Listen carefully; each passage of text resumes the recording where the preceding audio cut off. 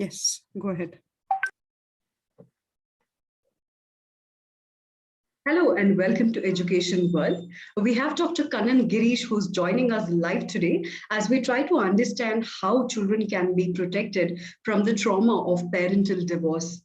Now, to introduce Dr. Kannan Gireesh in brief, he's a renowned psychiatrist. He is the founder and the CEO of Live Life Education Private Limited, in an illustrious career spanning 15 years in the field of neuroscience and psychiatry. His work specifically in child psychiatry has been recognized by various international forums. Dr. Gireesh founded the Live Life Education in April 2011 to help students recognize their strengths, identify their areas of weakness, and help them deal with stress, peer pressure, studies-related issues, parental pressure, and challenges that arise out of adolescence. So far, through his work, he's been able to impact the lives of at least 1 lakh children. Among the several awards to his credit, Dr. Gireesh Kannan was also honored with the Award of Excellence by former President of India, Pranab Mukherjee. Welcome, Dr. Gireesh. Welcome, ma'am. So on today's live chat, we're talking about protecting children from the trauma that could arise of parental divorce. Now, to sort of understand why this becomes a very pertinent point of discussion, we have some statistics to back it up. So we have statistics showing us that there has been a steep increase in divorce rates. Sometimes, unfortunately, children are left with nothing to cushion this fall. There's a website called thelawyer.in which reports a 20% spike in divorce rates since April 2020. Now, this was around the time when the nationwide lockdown was announced because of the pandemic. Another online legal service provider called the Legal Cart has received over 9,700 queries related to divorce, domestic abuse, child custody issues in 2021 alone. Now, not so surprisingly, most of this comes from Mumbai, Delhi, and Bangalore and other metropolitan cities. Of late, marital discord and divorce have also been popular themes that have been discussed on OTT platforms. One of the most common concerns that come out of a divorce is the custody battle, sometimes a never-ending custody battle. So how is it that children are to be dealt with when this custody battle begins, Doctor?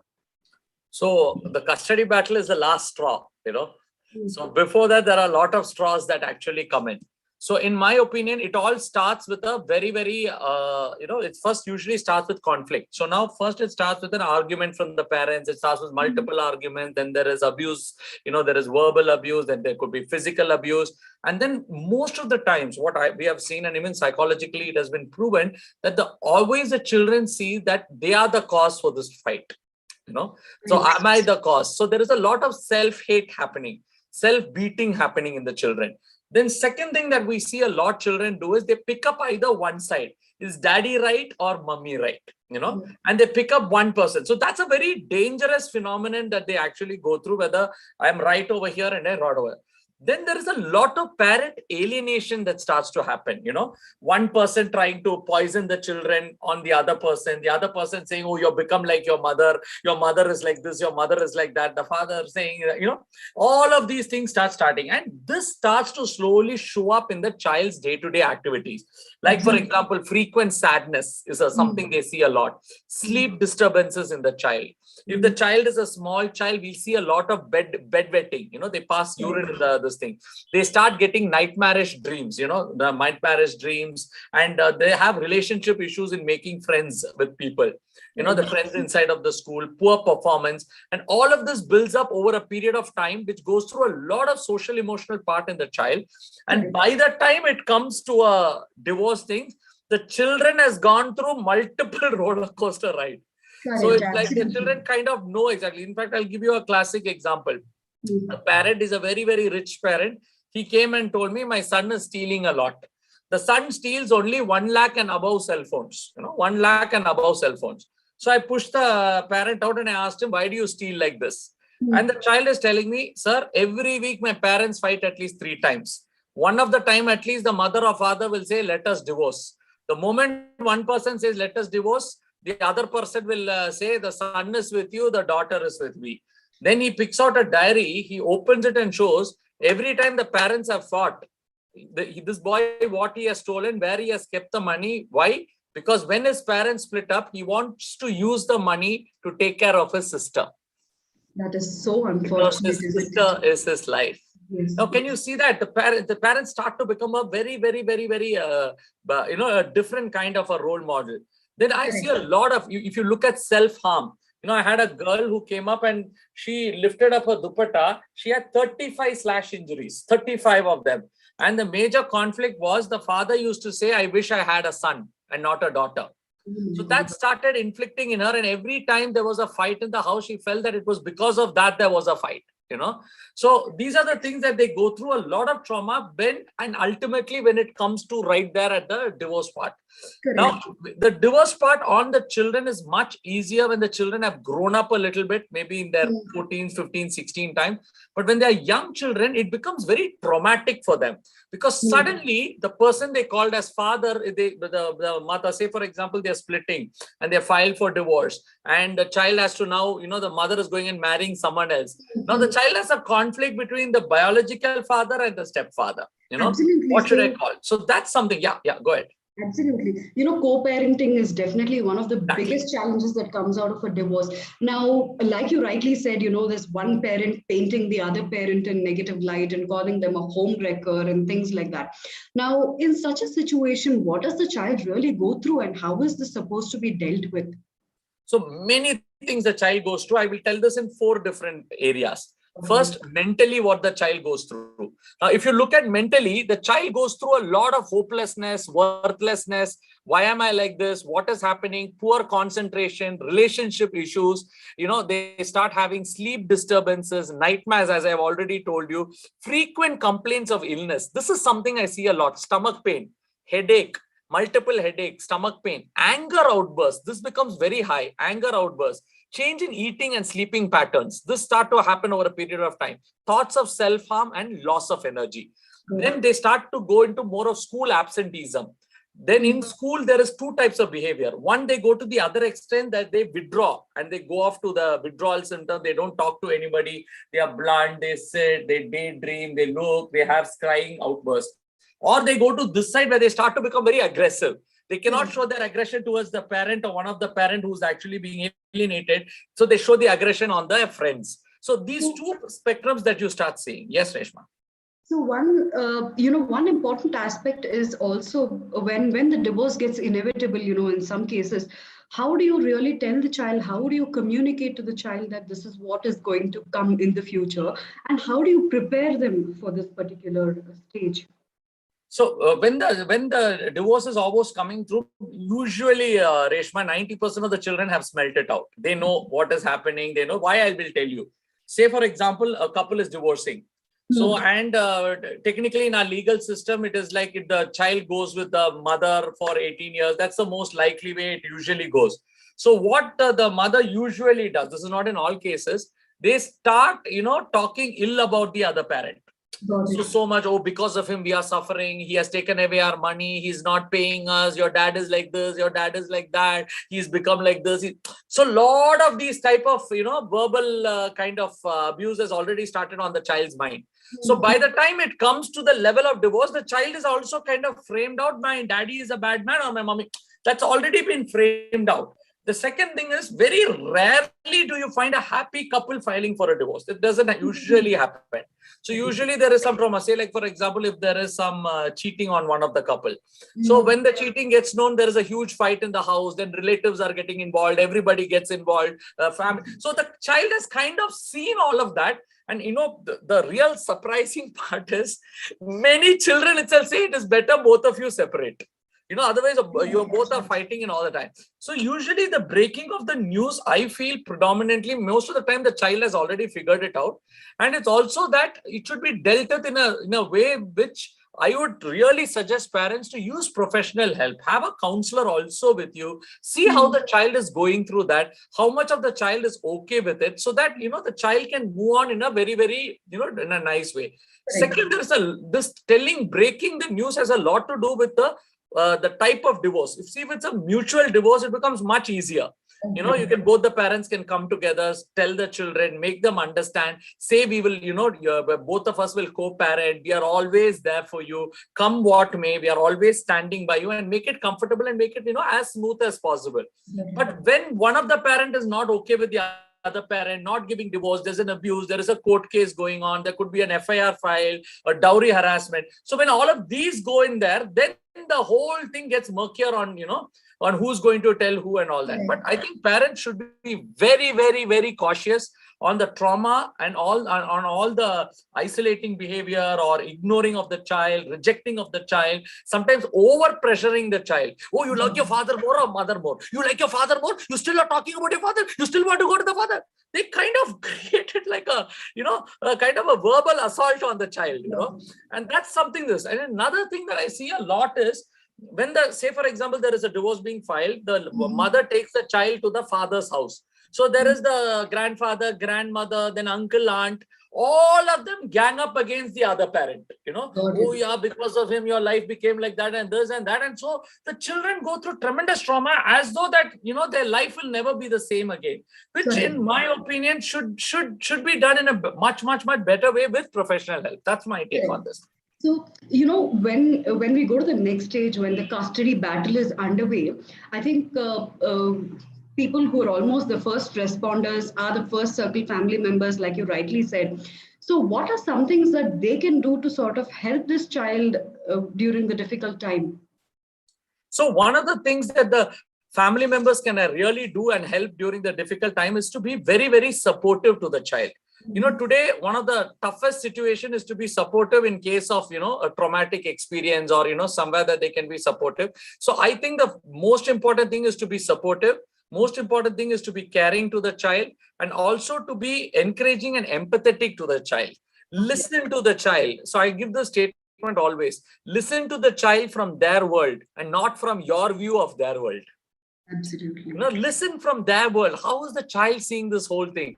See, the child could be very attached to the father, and then this could be very traumatic, but the mother may not be liking it, but whatever it is, be empathetic to the child.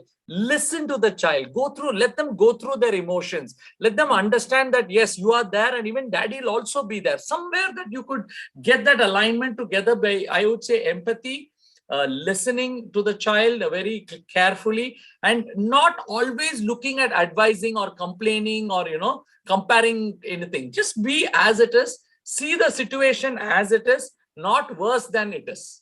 Got it. So, unfortunately, in some cases, or rather most of the cases, there's step-sibling rivalry involved. There is abuse by the step-parent. I mean, these are some common issues that arise after separation. So how is it that the parent who's with the child can help the child out of this? So one of the things that parent abuse is a very, very serious issue. Now, I will give you a classic example. So this was a couple who divorced, and the girl, she had a 6-year-old daughter. She married a man who had a 10-year-old son. And now what has happened is the son and the daughter want to get married after 12 years. Ooh. So now, legally, they are brother-sister. But biologically, they are not brother-sisters. Are you understanding? It's a very, very, very, very tricky question. Now, nobody knows which side this will go to, which will go to this side or it will go to this side. They really don't know. So these are very tricky situations sometimes you get, where you kind of, it looks like as though it could have gone this way or it could have gone the other way. Either way, it could have actually gone. So my take on that is very simple. Children need to be taught about what is an abuse, what is an abusive behavior, what is a good touch, bad touch. Now, this is mandatory, just not just for a divorce, but any time it is mandatory. Absolutely. Then they should know what is a physical abuse, what is an emotional abuse, what is a financial abuse, and what is a sexual abuse. Each of these different types of abuse must be taught to the child in a very informative way, but at the same time, in a very strict fashion that the child should be very careful, and which is a red flag must be told to the child. Now, this can be done either by taking the child to a counselor, or the parent itself can do some, learn about it and then slowly tell the child these are the things to do. See, like, for example, a couple came to me, and the mother only came to me. She said, my daughter is 17 years old. I married another man. Can I leave her and him in the same house? Oh my God. Can I leave her and him in the same house and go? And he hugs and kisses my daughter and saying, Beti, and, hugs and kisses. Is it right or is it wrong? It's running in her mind, So these are very, these are very sensitive issues, I would call it. And in these issues, I really think it is case by case, you have to take a call, Case by case, it's the person to understand that particular person, see his intention, see his background, and based on which you make a call on what will work and what will not work. So that way, the call becomes much more empathetic, much more engaging, and it's much more from the heart. Absolutely, absolutely. Now, Doctor, you've touched upon this in the first half of our discussion as well. While we agree that each child is a very specific case, and one child might take it very easy, and the other child might not take it in the right spirit. So, if for the benefit of a lot of our parents who are watching this in live, if you can tell us what are some of the telling signs that parents have to look out for to understand if their child is in distress when the whole divorce is underway. So very, very simple. The child getting withdrawn. This is the first symptom. Frequent sadness, loss of interest in normal pleasurable activities. This is the classic sign. So the child loves certain pleasurable activities. It could be dance, it could be, painting, drawing. Suddenly the child loses interest in everything, including watching TV or YouTube. Second, coming up with a lot of physical complaints, headache, stomachache, vomiting, and these are called psychosomatic illnesses. We call it psychosomatic illnesses. Third, always want to isolate themselves. They go into the room, they lock their room for long periods of time. Then change in eating or sleeping pattern. So this is something very weird that they start seeing, where the child starts having multiple episodes of nightmares, starts getting up very often, and there's a kind of an irritability in the child. The child is not very fulfilled about it. Then and also a child indirectly talking about suicide, talking about death, talking about suicidal intention. These are very, very important telling signs, very telling signs. Then another very telling sign is poor concentration in studies and day-to-day activities. School performance starts to go down immediately. And the child has crying spells. Crying spells is another very classic thing you will see, crying spells.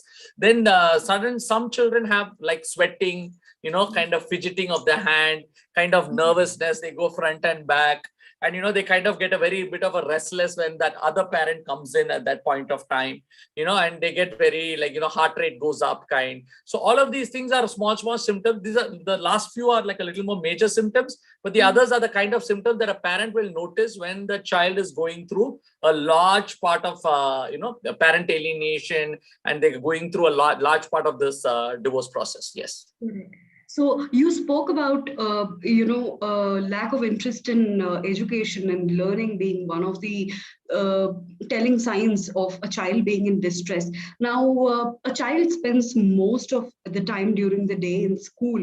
And, once a principal or a teacher is aware that this is what the child is going through at home and parents are involved in a divorce, how is it that they can help the child?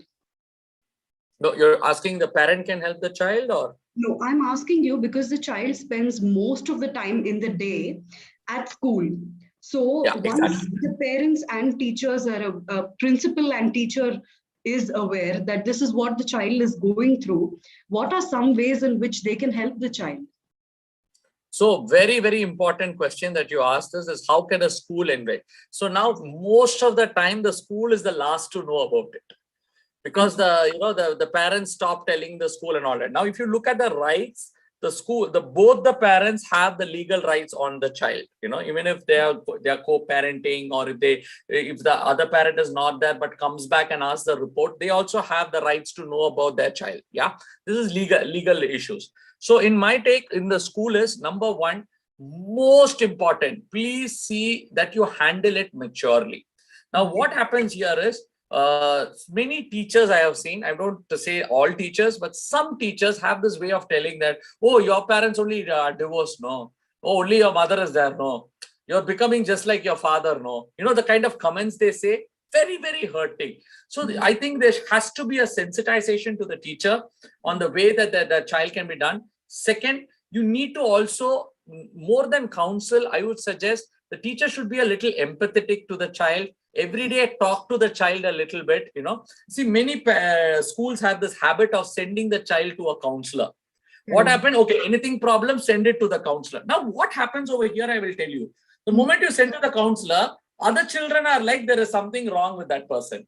When after the counselor, they come back, everybody like, see, that girl went to the counselor. Why did they go? Why did she go? Oh, what happened? Oh, the husband, father, mother left her. Oh, see, you know, that stigma comes a lot. I've seen that a lot. So rather than always looking at the counselor as a resort, I think the class teachers and teachers should also take a role. Talk to the child, empathize with the child, get the child to come back, you know, get the child to talk to their friends, get the child to involve in group activities, rather than stigmatizing the child, rather than, you know, talking about these things. But also at the same time, the teacher should also be aware of the warning signs. You know, warning signs is increased weight loss, increased, drowsiness, complete sadness, and I mean, the child being very dull and reclusive in the end of the class, the child verbalizing, I don't know why I'm alive, I feel like dying, you know, all these kind of statements coming from their friends. So these are the warning signs. I call these the warning signs where the school has to be a little more careful in handling the child. Then you need to seek it for professional help. But once professional help has happened and the child is coming back, that is the most important period where the integration actually happens, you know, integration. Third thing, the child, if in the case, I tell this to all the parents, if the divorce is happening, please intimidate the school also about it. Just intimidate the school. I'll give you a classic example. This is a couple, is an NRI couple, and they were settled in the city and they were going in for a divorce. So the child was with the mother and the mother wanted the child, but they had not told their school. Okay. Now the father came in. Came in and just spoke to the principal and said, "There's a family function. I'd like to take my son for a half a day." This thing. The father took. You won't be surprised. The father took and he went off. So the mother comes at 3:30 to pick the child and there is no child. They are saying father. Now she starts calling the father's cell phone. Father's cell phone switched off. So then she gets very tensed up. She calls her parents and everybody starts searching. Then they go to the guy's house and the guy's parents are saying, "We don't know where he is. You know, he's not come here for the last 2-3 days." And immediately they get very tense. They start searching everywhere. And they kind of realize what he did is he picked him up, took a flight to Dubai, and they had a connecting flight to the US. And he took the child to the US. Now it was, how do you now get the child back? Because US has got different laws. Legally, he is the father. So there were a lot of issues and it took them, I think, almost 1.5-2 years to, get the child back over here. It was a whole lot of trauma that goes through. So my take for all parents is, if there is a kind of a conflict happening, I would really suggest keep a little bit in confidentiality, at least the principal involved, that yes, ma'am, these things are going on. Please keep careful of my daughter. I tell you another example. There was a huge conflict going on and they heard that the children are divorced. I mean, the parents are divorcing. The girl heard the parents are divorcing. 2 days after hearing that it is going and they are filing a case, this child jumped from the 3rd floor of the school. Oh my God. Jumped from the 3rd floor of the school. Now, what the child was going through was totally different because the child was very attached to the other parent. And the fact that she can no more call him dad and the dad is no more there and all the fight that's going on, the child immediately attempted suicide. She felt that it was not worthy to live. So that's why I always tell that you need to inform the school, at least in some format, to keep an eye on the child. That the child is going through this, man, please keep eye. But I think nowadays, parents are coming more forward and talking to the school a lot more in the open because the number of cases have also gone up. And I think there are 2 things you should also understand over here, Reshma. There is a divorce where the divorce has been through. That's a different scenario. There is a one where the case is in the family court. And if the fight is going on, for the custody battle is going on. Now, this is a very traumatic period, actually. The custody battle goes on. The children are called to the court. Then the father says that the mother is mentally unstable. The mother says fatherly is unstable. So this whole Pandora's box happens over there. The conflict happens over there. And that's where the real traumatic experience for the child is. It's very unfortunate. So is it advisable that, while understanding that, seeking mental health care, or visiting a counselor, like you rightly said, is still something which is considered stigma in our society? So do you advise all parents who are about to divorce to seek counselors' help if there is a child involved, or if there are children involved? Is it advisable to I would suggest you just take the symptoms, the cardinal symptoms. See, some children are quite mature, actually, for their age, very mature for their age. Their upbringing is mature. They're able to take it very beautifully when you explain it to them, and they're like, okay, mama, papa, we understand, you'll be with us, and they're able to take it. Whereas some are not able to take it. They think that this is something of a very, very traumatic experience, and they get, they start howling. Right? So the symptoms that I told you, right, the warning signs, the cardinal signs that are there, and when the alienation or when the the divorce is happening. So when those symptoms are beyond what you can handle, that means I would always say beyond 2 weeks to 4 weeks, where the symptoms are coming again and again, and it is showing up in different areas. School performance is going down, the sleep is getting affected, the appetite is getting affected, temper tantrums are coming, moodiness is coming, the child is showing a lot of tiredness, self-harm behavior, suicidal ideations. When all of these symptoms are coming in a regular this thing, I think within a week or two, you should go to the counselor. You should. I don't think any parent should do it.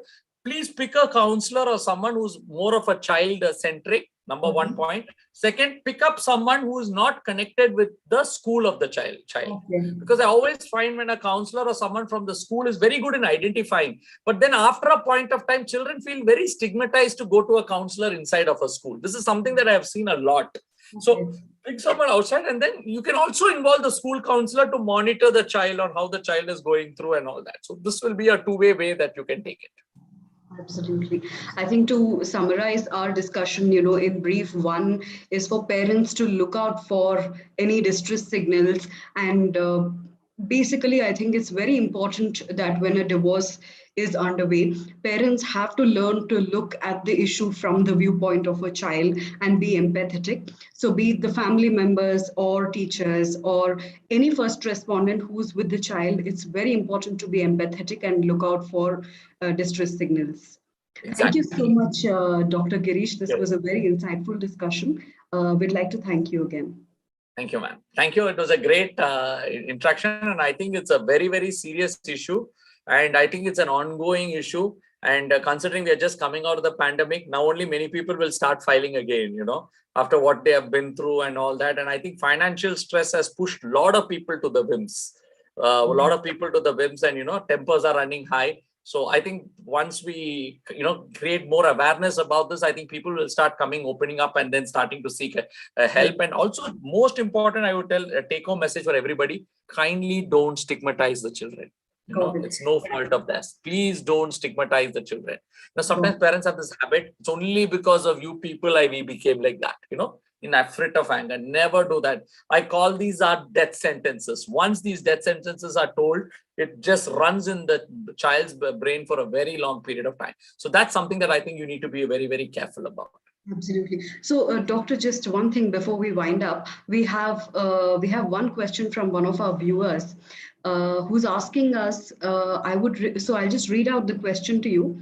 The viewer says, I would request Dr. Kannan Gireesh to give us some tips on how to prevent parents from going in for divorce so that the children need not go into the trauma, the root cause of the problem. See, the root cause of the problem is you're asking me a dictionary in a few lines. So I always say this, there are two things in life, okay? I'll give you a basic example. There is always what happened, and there is always the meaning attached to what happened. Are you getting that? So in most of conflict issues, I always see people attach tremendous meanings to small events, tremendous meaning. And then the issue would have started with something, but it has ended up at some other thing. Are you getting that? I'll give you a classic example on this. The couple got married. Within 6 days, they are coming with all their relatives, everybody, wanting to file a divorce. Okay. So they all sat there and I asked them what happened. This side is telling, oh, she spoke about my father, she spoke about my grandfather, she spoke about my family tree. This side they are saying, oh, she only did that, he only did that, he only did this, he only did that. Like fully, all big batting on each other. So I pushed everybody out. I asked both the people to sit in front of me. I asked them, how did your marriage go? They said marriage went very well. Okay, how did your first night go? First night also went very well. Okay, then what happened the next day morning? Next day morning, just before marriage, apparently one of them had told the other that you should buy me a Sensodyne toothpaste and keep, Sensodyne toothpaste. So I always use Sensodyne, so I want it in my bathroom. So the other person forgot, the husband forgot to buy the Sensodyne. So she goes to the toilet and she doesn't find Sensodyne and she just goes to him and she says, where is the toothpaste? That all we'll see. We'll buy it tomorrow. No, what is that? See, you changed. Immediately she says, you changed after marriage. See, I told you are like that. What do you mean? It is just a toothpaste, the other guy says. Immediately she says, yeah, for you all it is like that. Your family itself is like that. There starts the family conflict. What started over there went up. So I always say this, that people attach too much meanings to things. People take things way too far. I think the best way you can actually do is seek first to understand each other. Number two, people are all different. Accept them as they are. Don't always push your expectations on them to such an extent that demeans them completely. Are you getting that? Third, stop comparing people with other people. Nobody likes to be compared. See, I cannot compare my wife with another man's wife. You think she will get inspired on me? She will say that you go, so marry her itself. So it's the same way. You cannot compare. The fourth and fifth is, I always say this, is that you need to be empathetic. At the same time, you need to seek first to understand them.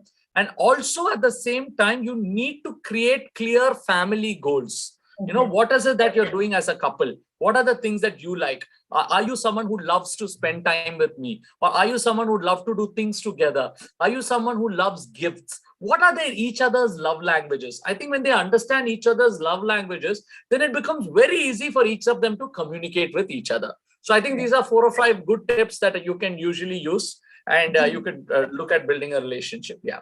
So it's like a tree. The way the tree grows, only you pour the water and the sunlight and everything, looking at the growth of the tree. So that's something very important.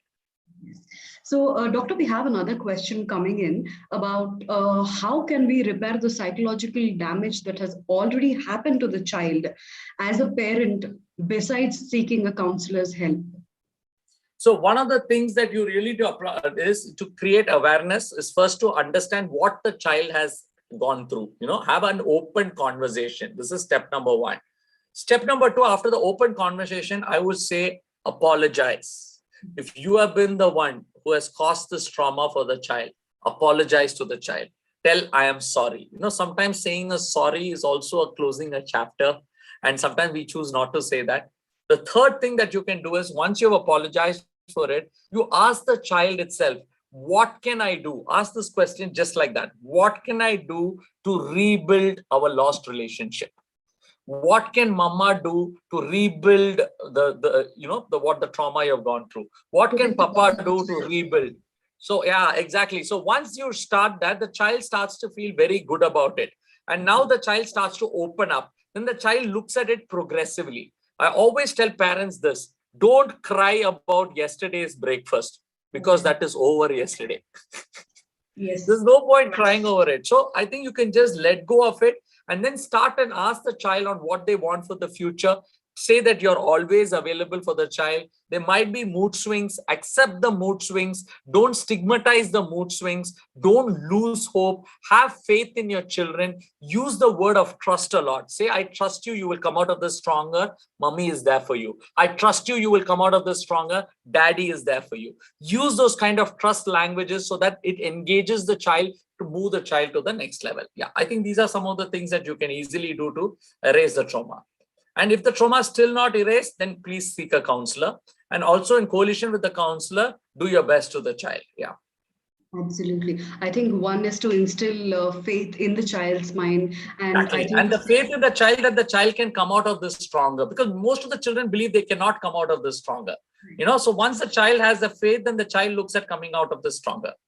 correct, correct. So it's all about taking the child into confidence while also being empathetic towards it. So Exactly. thank you so much for your valuable time, Dr. Gireesh. Thank you so Thank much you, for ma'am.